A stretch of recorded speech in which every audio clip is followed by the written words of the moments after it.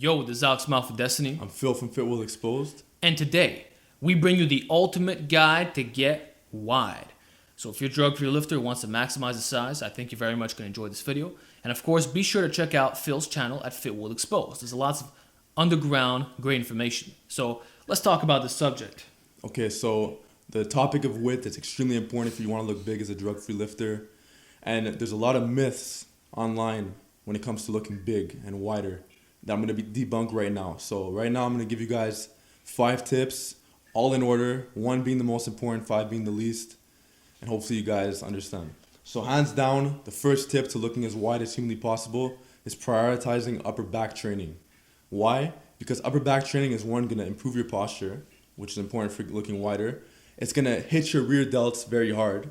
I'd argue just as hard as your direct work. It's also going to hit your lats very hard too. So if you're doing snatch grip deadlifts on the floor with heavy weight, snatch grip rack pulls below the knee or even above. Yeah, and doing barbell rows, stuff like that. Yeah, but a lot of the snatch grip lifts in particular are really going to target your upper back to a large extent. And the rear delts are a very stubborn muscle, but if you get strong in these snatch grip lifts, you're going to see that your rear delts are just going to take off. And your lats are also extremely important.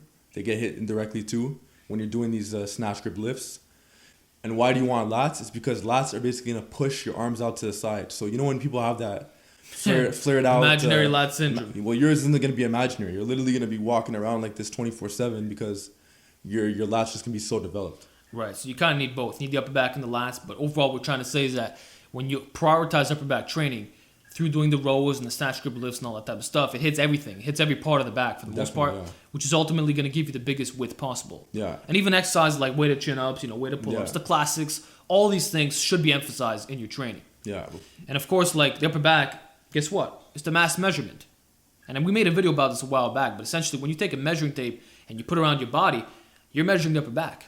And the upper back, again, it constitutes all the muscles. It constitutes the lats as well. It hits the rear delts, like everything. Yeah. So that's why you want to develop the upper back to a large extent. That's what your training should prioritize. Yeah, because I want to mention this, it's very important. People think that the delts have all this potential for growth, and they do, but drug-free, you're not going to get these bowling ball delts, Yeah. The majority of your width is going to come from your torso. So you could pack on way more size on your upper back and lats than you can on your delts, Exactly. In a lifetime, you probably add an inch or 2, whatever, maybe 3 inches or something, but it's not going to be something too drastic. They're still important, but I argue that if you're trying to look as wide as humanly possible, upper back training should be a priority for the majority of the year. That's right. Like we said, it's your mass measurement, so make sure that's your main focus. Give you the biggest shirt size, so on and so forth. So the second tip is that you want to be a strong strict presser overhead. Why do I say strict presser? Well, because I've seen countless guys who could jerk a lot of weight, who could push press a lot of weight, and they have tiny delts. Why is this? It's because we don't know how much work the legs are actually doing. So, on the other hand, in more of the bodybuilding world, if you will, a lot of bodybuilders don't really do jerks or push presses for the most part, but they're doing a lot of full range, strict presses, strict overhead presses, maybe even some Z presses or some seated shoulder pressing. But they're doing their stuff strict for the most part. And these guys really do have big delts. Yeah, put it like this. If you see a guy overhead pressing 2 plates for reps, pause, very high chance that he has big delts. But if you see a guy push pressing 2 plates, I wouldn't say the probability is as high. Yeah. And of course there's some lifts that make it even harder. Like the Z press is crazy. It's very hard. Or just pausing on your overhead pressing, going all the way down. All these things is going to make your delts do a lot of work. Going all the way down is extremely important because keep in mind that from the upper chest to around, I'd say, the eye, forehead level, that's when the delts really get their time to shine, So if you're one of these guys who's just doing their shoulder presses, you're bringing it down to your eye level like everybody else, you're missing out a lot of delt size. You're doing nothing with that. I see all these guys, they grab 100-pound dumbbells, and they're doing quarter reps almost. And the thing is, the dumbbells are already big. They're already big to be So you're cutting so much range of motion, just touch your damn shoulders. And if it hurts them, it's because you're flaring too much. You got to tuck your elbows a little bit. Yeah, and if it hurts your ego, live with it. Right. So that's why people don't want to do the strict presses because they know they can't. Oh yeah, it hurts the ego for sure. It hurts the ego for sure. Hard. It hurt my ego too. I remember I was doing a 120-pound dumbbell push press, and then I dropped it down to strict. I couldn't lift as much, And it's but what's funny? My delts actually didn't get much bigger from the pushes and the jerks. They really started getting a little bit bigger when I started doing more Z lifts. You know, Yeah, Z press and presses, pause overhead press. pause overhead press. You know, one arm dumbbell Z press. Lifts where it's like you can't lean back to turn into an incline and you can't use legs. It's all delts. Yeah, that's another thing. When guys do this seated dumbbell press, including the half reps, they shove their butt forward like this, and it becomes an incline press. A high incline. And guess what? That takes tension off the upper back. Yeah, it puts it more on the chest. And that explains, folks, why Z press is a lot harder than when you have the pad against, because now your upper back has stabilized more. So overhead pressing as a whole, it's gonna give you really big delts. Number one, which obviously increases your width, and it's gonna aid in your upper back because the upper back is where you press off. That is your shelf. So a strong overhead presser needs to have a strong upper back, and that's why you gotta do your stuff strict. So let's say you weigh 185 and you get your your military press to 185 for 10 with the pause at the bottom. Like, what do you think your delts are really gonna look like? Yeah, imagine you're doing a 100-pound dumbbell shoulder press for reps of 10 for volume work. You're gonna have huge delts. Ah, huge. But if you're push pressing 100-pound dumbbells, I can't guarantee it. You see the difference? You don't know how much the legs are really doing. Yeah, like the only way I could see you really benefiting from this is if you're lifting like crazy freaking weights. Like let's be real, right? If you get a very strong push press, chances you're gonna have a strong strict. Yeah. You know, if you're doing push press 400 pounds, you're already strong. Of course, period. obviously. Even 300, I would say you're probably in a good position. But we're talking about drug-free lifters here, who aren't gonna have the greatest numbers of all time. Yeah. So yeah, moving forward. So moving forward, body fat. Now, body fat is extremely important. This probably could have been number 2, but whatever. Body fat is important because it's gonna improve your measurements. Most people, they store a lot of fat in their upper back, which goes back to number 1. Some people even store fat in their lats. Yeah. So this extra cushion is essential in making you look bigger. Now keep in mind, this video is not about going on a bodybuilding platform. We're talking about looking big without looking fat, without being fat, you know, without being having the biggest measurements you can get. Yeah. So upping the body fat is extremely important. And also keep in mind, it might even help some of your lifts too. Help some of your lifts, better performance, that equals more muscle. It's better than cutting and losing strength on your lifts. Right. So.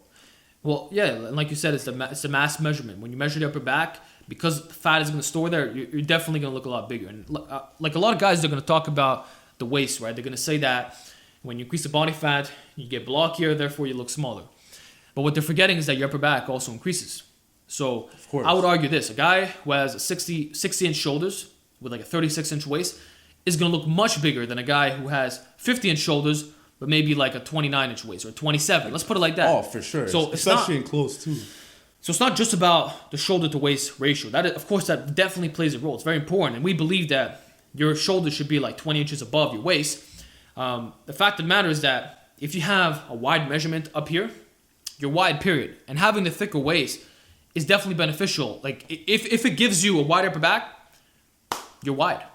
And that is more beneficial than being Mr. Lean, who has a better shoulder to waist ratio, but you're small. Yeah. Like if you have narrow shoulders, narrow waist, you might have a good shoulder to waist ratio, but you're tiny, bro. And we've all seen these guys who are shredded, who have the ratio, but they don't look wide.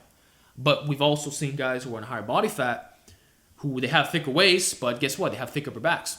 So it works like that. It compensates. So don't worry about it too much. And of course, you could always do tummy vacuums and pullovers to shrink that waist down a little bit and eat some clean foods, and you're not going to have as much bloating in the area. So and of course, you have to know what body fat works for you. Yeah. Some guys, they can handle 20% without getting too much in the gut. Others, they got to cut down a little bit. So it's all about experimenting. But what we're trying to say is that you got to have a body fat that works best for your size and leanness. Yeah, and a perfect example of this was, people say I have good clavicles, right? But when I was 145, when I first started lifting, I never got those compliments. I never got the clavicle compliment until I hit 190. So what does that tell you? It tells you that extra body fat, like obviously I was lifting, I was getting stronger, I was building muscle, but the extra body fat did help. You know, the extra measurements do help. Yes, so that's right. They do help. Okay, so now tip number 4, which is still very important, is direct shoulder work. So we talked about the heavy compound presses, but you also need to do your direct rear delt work. My favorite exercise is the rear delt swing, popularized by John Meadows. It's a legendary exercise. Combines the best of all worlds. It's strict. You get heavy weight. It's a free-weighted movement. You could be done in any gym. He credits a lot of his rear delt size to that, and I've done it too. It's a great lift. Band face pulls, favored by Alex. That's like my favorite, the band face pull. I like rope face pulls well, cable face pulls, just holding on to like the circle things. That's like my type of deal, you know. Rear delt fly, stuff like that. Yeah, and also side delt work. It doesn't really hurt to throw in some side delt work. You know, you could do different variations. You could do the top half. You could do partial at the top.